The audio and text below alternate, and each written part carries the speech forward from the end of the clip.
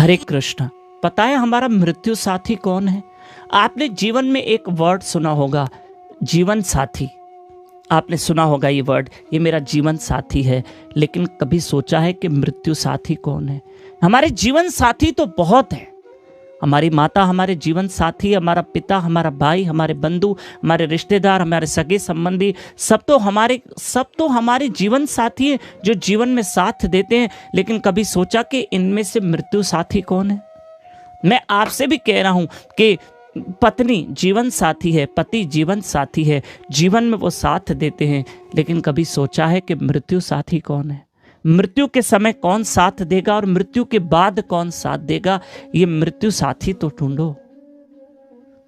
अच्छा, आपने सुना है कि जीवन के साथ भी, जीवन के बाद भी। हाँ, ये आपने स्लोगन सुना है ना, जीवन के साथ भी, जीवन के बाद भी। तो मैं भी आपसे वही कहना चाहता हूं कि भगवान का नाम, जो प्रभु की भक्ति है, वो जीवन साथी तो है, मृत्यु साथी भी है, वो जीवन के साथ भी है और जीवन के बाद भी है। जीवन के बाद भी है। हाँ, सच्ची बात है। आप भगवान का नाम, आप हरि कथा सिमरन करके देखो। इंसान की जब मृत्यु होती है ना, तब उस वक्त उसकी जब चिता जलती है ना, सब हाथ जोड़ के चले जाते हैं। हाँ, कुछ इमोशनल बेचारे हो जाते हैं जो 5-10 मिनट खड़े होते हैं, रोते हैं बेचारे कि हमारे पिता की डेथ हो गई या हमारे दादाजी की डेथ हो गई। फिर दुनिया हमको कहती है अब कितनी देर खड़े रहोगे, चलो। और फिर हम सब अपनी दुनिया में मस्त हो जाते हैं। लेकिन इंसान जो मर गया, जिसकी मृत्यु हो गई, उसको शमशान घाट तक तो सबने साथ दिया, आकर सब उसको पहुंचा के चले गए। लेकिन कभी सोचा उसको शमशान घाट के पास जहां जाना है, उसको कौन साथ देगा? कौन साथ देगा?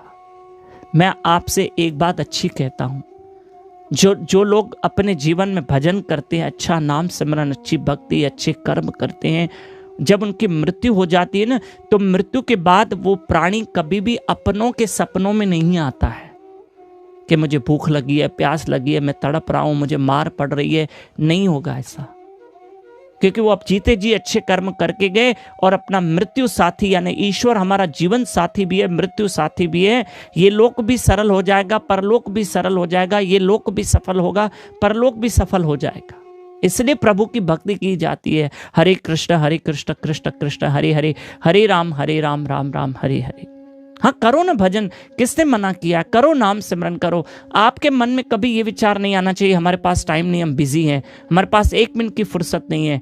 ठीक है, आपके पास टाइम नहीं है ना, फिर भी आप भगवान को याद कर सकते हो। अरे, जो आप काम करते हो दिन भर, उस वक्त काम में भी मेरे राम को याद करो। हरे कृष्ण कृष्ण कृष्ण हरे हरे, हरे राम राम राम हरे हरे। हाँ, करके देखो, जीवन के साथ भी, जीवन के बाद भी। और कभी भी ऐसे लोग जिन्होंने बहुत अच्छी भक्ति की है, भजन किया है, स्मरण किया, अच्छे कर्म किए, गीता भागवत पढ़े हैं, ये कभी भी ऐसे लोग, उनकी मृत्यु हो गई, मरने के बाद वो अब बेटे बेटी बहू के सपने में नहीं जाते कि हमको प्यास लगी है, भूख लगी है, हमको कोई मार रहा है।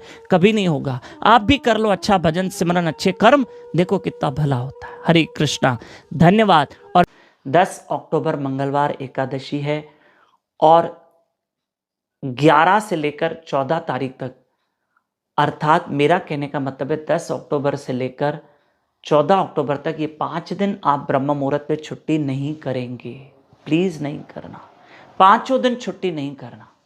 10 को एकादशी है, 11 से लेकर 14 तक श्री गरुड़ पुराण की कथा होगी और 11 से 14 तक गरुड़ पुराण का पाठ भी चलेगा, सत्संग प्रवचन भी चलेगा। गरुड़ पुराण समझिए भी, पितरों को अर्पण कीजिए, रोज ब्रह्म मुहूर्त में उठिए, जाप भी कीजिए 4:30 बजे मेरे साथ और दूसरों को बताइए। 5 दिन छुट्टी नहीं करना।